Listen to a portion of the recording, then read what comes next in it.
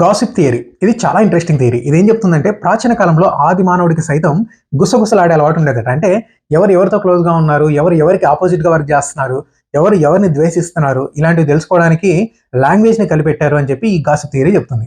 So modern day communication ఉంది కదా! Email గాని, సోషల్ మీడియా గాని, ఫోన్ కాల్స్ గాని, న్యూస్ పేపర్ కాలమ్స్ గాని వీటన్నిటికి మూలం ఏంటి అని చూస్తే గాసిప్ అని చెప్పి ఈ థియరీ చెప్తుంది.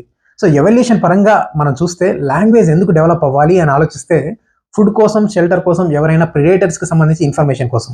సో ఇవన్నీ సర్వైవల్‌కి సంబంధించినవి. సో వీటి కోసమే లాంగ్వేజ్ అనేది డెవలప్ అవ్వాలి అని చెప్పి చాలామంది అనుకుంటారు. అయితే మన అంచనాలకు విరుద్ధంగా లాంగ్వేజ్ డెవలప్ అవ్వడానికి కారణం గాసిపింగ్ బిహేవియర్ అని చెప్పి యువల్ నోవా హరారి అనే ఒక ఫేమస్ హిస్టోరియన్ 'సెపియన్స్' అనే ఒక బుక్‌లో చెప్తారు. సో ప్రొఫెసర్ హరారి ఏం చెప్తారంటే ప్రాచీన కాలంలో ఆది మానవులు గుంపులు గుంపులుగా నివసించేవాళ్ళు. అంటే ప్రతి గుంపుకి ఒక లీడర్ ఉండేవాళ్ళు. సో వాళ్ళకు ఒక క్యూరియాసిటీ ఉండేదట. ఈ గ్రూప్‌లో ఎవరంటే ఎవరికి ఇష్టం, ఎవరంటే ఎవరికి ద్వేషం, ఎవరు ఎవరితో రిలేషన్‌షిప్‌లో ఉన్నారు, ఎవరు ఎవరిని మోసం చేస్తున్నారు, ఇలాంటివి తెలుసుకోవాలని వాళ్ళకు ఉండేదట. సో ఆ విధంగా డెవలప్ అయిందే లాంగ్వేజ్.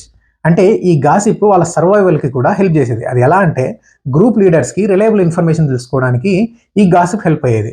సో ఆ విధంగా వాళ్ళు ఈవెన్ పెద్ద పెద్ద గ్రూపుల్ని కూడా సమర్థవంతంగా నడపగలిగారు.